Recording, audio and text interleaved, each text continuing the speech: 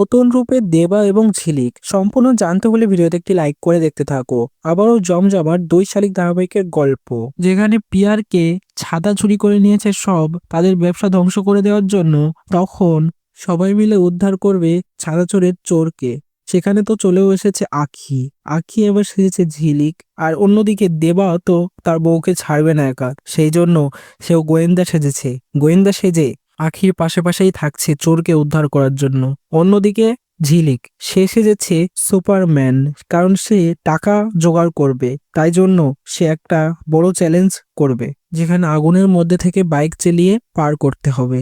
আর এইদিকে দেবা, সে আবার গোয়েন্দা রূপে আসল একটা পিয়ারকের গায়ের জামার বোতাম উদ্ধার করেছে, বলেছে এটা কার বোতাম। তখন সবাই মিলে বলেছে এটা পিয়ারকের, কিন্তু এটাই কি যথেষ্ট? দেবা বলছে এটাই যথেষ্ট নয়, প্রমাণ, আরো প্রমাণ লাগবে পিয়ারকে কে অ্যারেস্ট করানোর জন্য।